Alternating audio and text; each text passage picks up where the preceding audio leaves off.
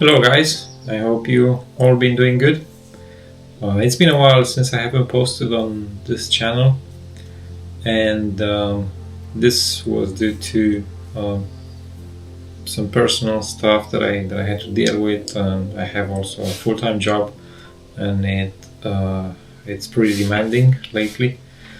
And also I have other small projects. One of them is doing small gardening. I have a small garden in my backyard, so now with the start of the spring I had to do some stuff there too. But I'm back, and today I want to discuss about my 1 year journey into photography. Last year on this time I started from scratch doing photography, mainly nature and wildlife photography, and I want to discuss some reasons why I started. I want to discuss some challenges and opportunities. I want to show you some of my favorite photos in this year that I managed to take, and also to answer the question if I will continue or not. As you probably see, I have a notebook here where I took some notes. I'm kind of old-fashioned, and whenever I have an idea in my mind or something, I put it on the paper. And it does help, at least for me, it does help to organize a little bit the ideas. But you can do it on a phone or a tablet or whichever format you want it. But for me, it's paper, so once in a while I will pick here, if you don't mind, to get my ideas in front of you.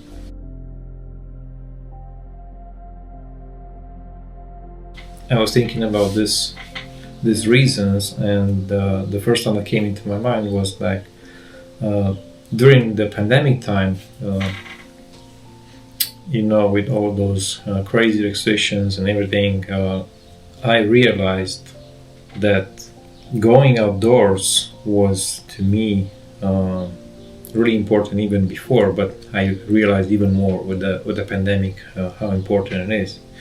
And then I thought to myself how I can combine, when I go outdoors, how I can combine with something else and do something else when I'm going out. And that's how I decided last year, more or less on this time, that I'm gonna do also photography. And another reason was the need to create something. I needed to create something else besides my job, what I'm creating at my job and everything. I needed to create by myself some piece of art, if I can call it. I know it's too much when you call it art, at least for me in the position I am right now. I'm just 1 year in photography. I don't know if I can call it art, but for me personally, let's say it is some sort of art that I'm creating with photography.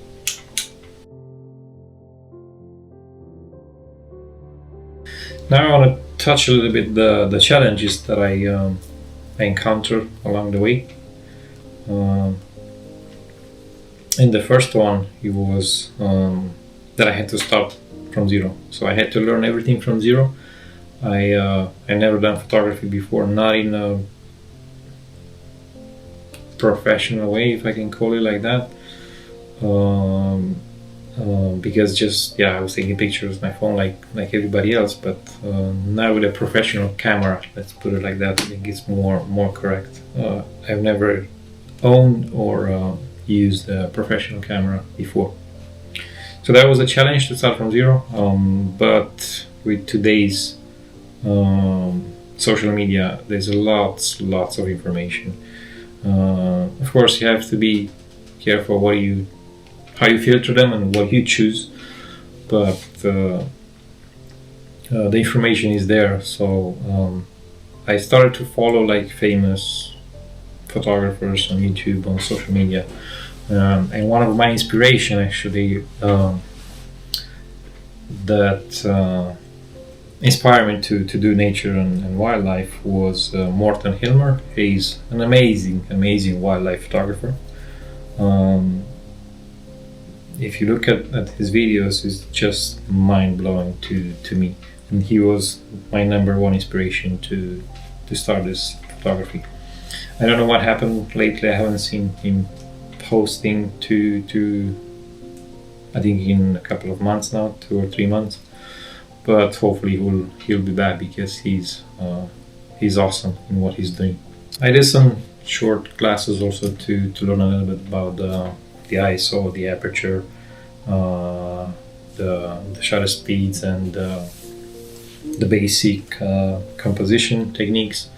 But then I just started to do so. Just go out in my local areas and started to shoot and see what happens. Then the next one that I want to mention is the gear, how you pick up your gear, and the cost of the gear, because you have to be pretty careful here. There's a lot of choices here on the gear from different vendors and different price range and everything. So here I also had to do a little bit of study on my own and check forums and check social media and groups, and eventually I picked up like a beginner's camera, let's say. I will talk about the gear that I use in a future video. It's pretty minimalistic, but yeah, I can talk a little bit about what I use. But that was a challenge, because there's a lot of information, and it's just overwhelming. Like, what do you choose? Even with a limited budget, you have lots of choices to choose from. So that was another challenge. Allocating time, it was a big challenge, and still is a big challenge. So this is just a hobby for me. I'm doing it once a month, maybe twice a month sometimes, but that's it, because I don't have the necessary time. And also traveling time, it's pretty difficult to me to travel pretty far to famous places and stuff like that, just for photography. So I still have to find a way how to be more to have more time. Another challenge was, again, this is only from my perspective, and what I felt is that I'm rushing into taking photos. Whenever I see like potentially I don't know, subject, or potentially like a wildlife or a bird or something like that, I immediately start shooting, which is not necessarily good. I mean, with wildlife, yes, you don't have too many seconds or minutes to grab some shots with them, because they're gonna run away.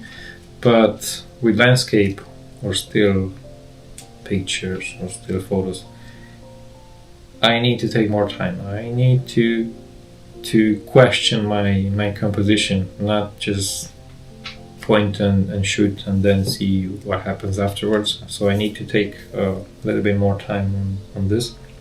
That was a challenge in the first year for me. And then another challenge is that this is a kind of a solitary hobby, I think.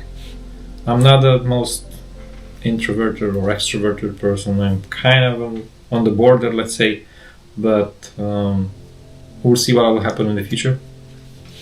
Maybe if I'll find some open-minded photographers in my area, we'll see. Maybe we can collaborate. And the last challenge that I want to mention is the difficulty to put myself online, on YouTube mainly. It's harder than I thought in the beginning, and I'm often doing like, double 1, double 2, double 3 sometimes. So I'm still working on that. But what I've seen, like if you do it more often, you get more comfortable. If you miss 1 month or two, then it just gets back where you started, more or less. Now let's talk a little bit about the opportunities that photography brought to me in this first year. And I think the most important one, at least to me, was the fact that photography allowed me to be more present and connected with whatever environment I was in, mainly nature, but also in the city. So when you're doing the photography, you focus almost 100%, let's say, on the subject, right? You focus to have a good light. You focus to have a good subject, a good composition, and so on and so forth. So this one allows you to be more present and allows you to disconnect from the modern world problems that you might encounter at work or elsewhere. So this is a big advantage to me, I think. Another opportunity was that, at least what I observed in this year, that you end up to learn a little bit more about the subject, about the environment, right? You learn a little bit more about nature, learn a little bit more about wildlife and birds. Like when I started, like in the first video that I've done last year, I've done it here in my local area in the suburbs. There was this open field, kind of bushy, and I was amazed about the number of the different birds that I encountered there. I was just amazed, and they were there all the time.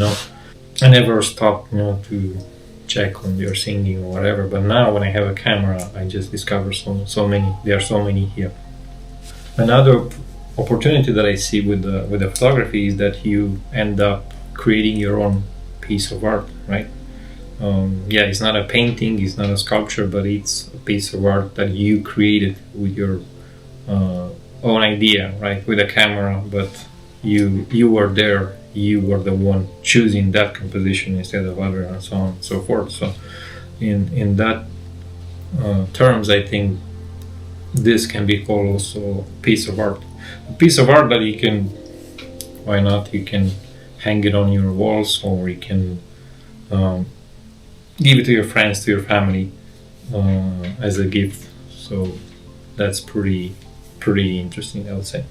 Another opportunity is that you end up learning more skills than doing photography, because you learn to do photo editing, you learn to do video editing if you're gonna place yourself on YouTube or other social media. So you learn this additional skills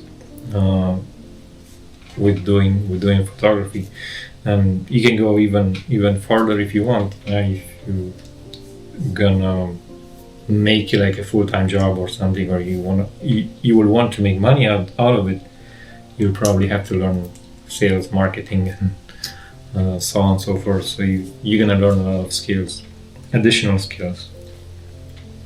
And the last thing that I want to mention in this opportunities part is that posting on YouTube, at least to me, is like a journaling, and this forces you to go out more often, to go out and do photography more often. You might have some time when you need to take a pause, like I did for this last 2 months for different reasons. But if you're doing YouTube, it's gonna force you to go out more often, for sure. Now I want to show you my favorite photos from last year. I just want to talk a little bit about some of them, and the rest I'll just put them in a slideshow in the video. The first one is this one. It's with this bird. It's one of the first pictures actually that I took last year, and it was really close to my local area. It was pretty bushy, but I just like the the background it's really green. In the background there was some kind of grass field or something like that. But what I do like a lot, it's the eye of this bird. It's so beautiful, so beautiful. The next one that I want to show, it's this blurry photo actually.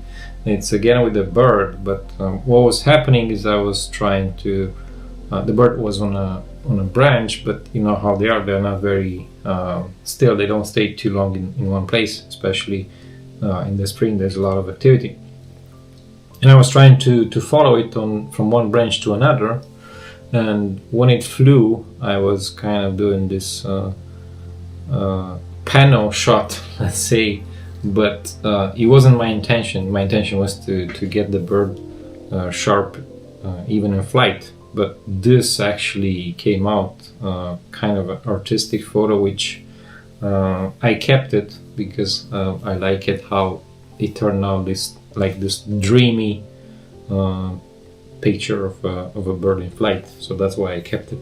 This one, it's a landscape photo.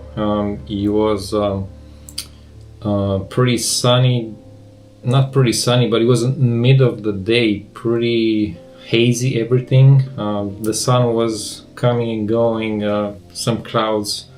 It was pretty difficult to shoot. What I like about this one is the layers of hills and mountains that you can see pretty far, actually. Even more in the back there is another layer, but it's not too visible because of the mid of the day. This one was also in the same day, but it was shot I think at 400 millimeters because it was pretty far. I don't have any background, in foreground. The clouds were more dramatic, but also some sun drops here and there, you can see in some areas, which is interesting. And I did like this trail that goes up to those pine trees. Another one though is one of my favorites. It's another bird, of course, is this golden finch bird, which actually last year came also into my garden. I have a small garden, but they came to eat some seeds from the flowers. But this one was shot by very close to my area, by the canal. There's a canal here, and I was about to leave, and it was this big dry grass on the side of the road, and I spotted him. He was really busy with grabbing seeds and everything. And even though it's a little bit busy, the background and the picture itself, I do like the way he was perching on a flower. So this is pretty tiny bird. You can imagine that he was able to perch on this flower without dropping, without breaking that. But I do like the background, the colors.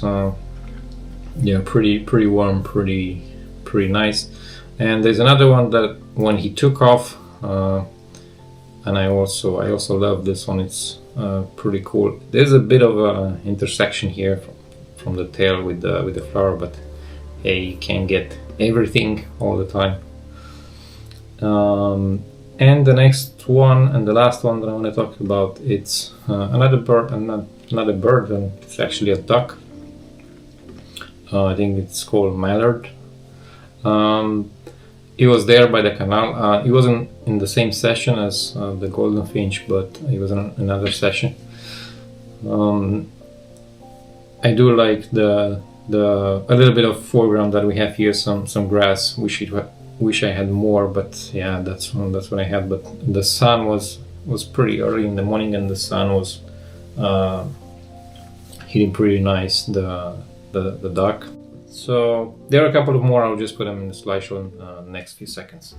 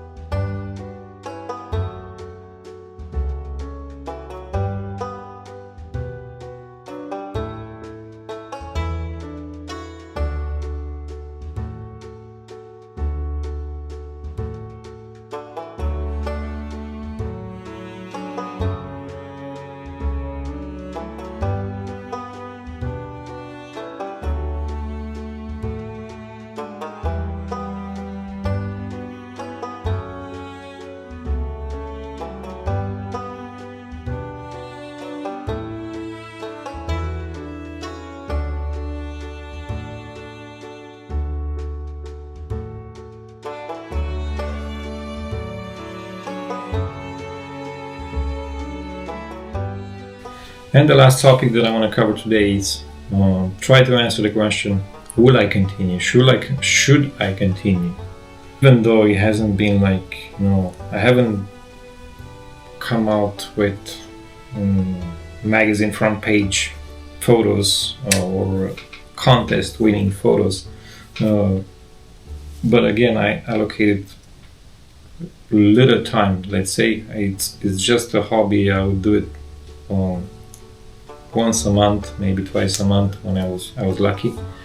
So to me, I will definitely continue this journey because creating those award-winning pictures, photos, is not happening overnight. This takes years and years and years, maybe, to reach a certain level. And in the end, to me, at least at this point, is not about, let's say, my focus is not like 100% of what I produce, but my focus is a little bit more on the journey and on the enjoying part of this hobby and the being present there in that environment and disconnecting from the modern world. This is my main goal right now, and if I can come up with award-winning photos, then that's a bonus to me. And as future plans, I want to try to slow down a little bit in the field, as I mentioned before. I'm kind of in a rush all the time when I'm going and taking pictures, and I want to slow down a little bit and bring more quality on all parts, like photo, video, audio, and so on. Another thing that I want to do is to experiment with specific themes here. I do have a couple in my mind, but I'll leave it for other videos. I want to focus a little bit more on this artistic part of the photos, and I want to be able to come out with photos that I can hang on my walls, right? Why not? Or give it to my friends and family to hang them on their walls and be proud of them. And related to this topic, it's also the printing part of the photos. So I'm gonna start printing my best photos. I don't know how many, 1, 2, 3, 5, 4. I'll see, but even from last year, I will pick a few that I will print and hang on my walls, because my walls are pretty empty right now. And the last thing that I want to do, and I haven't planned to do, is to travel a little bit more and bring photography with me. So wherever I'm gonna travel, I'll try to bring my camera and also fit a small session of photography. That was it for today, guys. I hope you can find at least one small tip or one small thing that you can take with you from this video. And yeah, until next time, stay safe.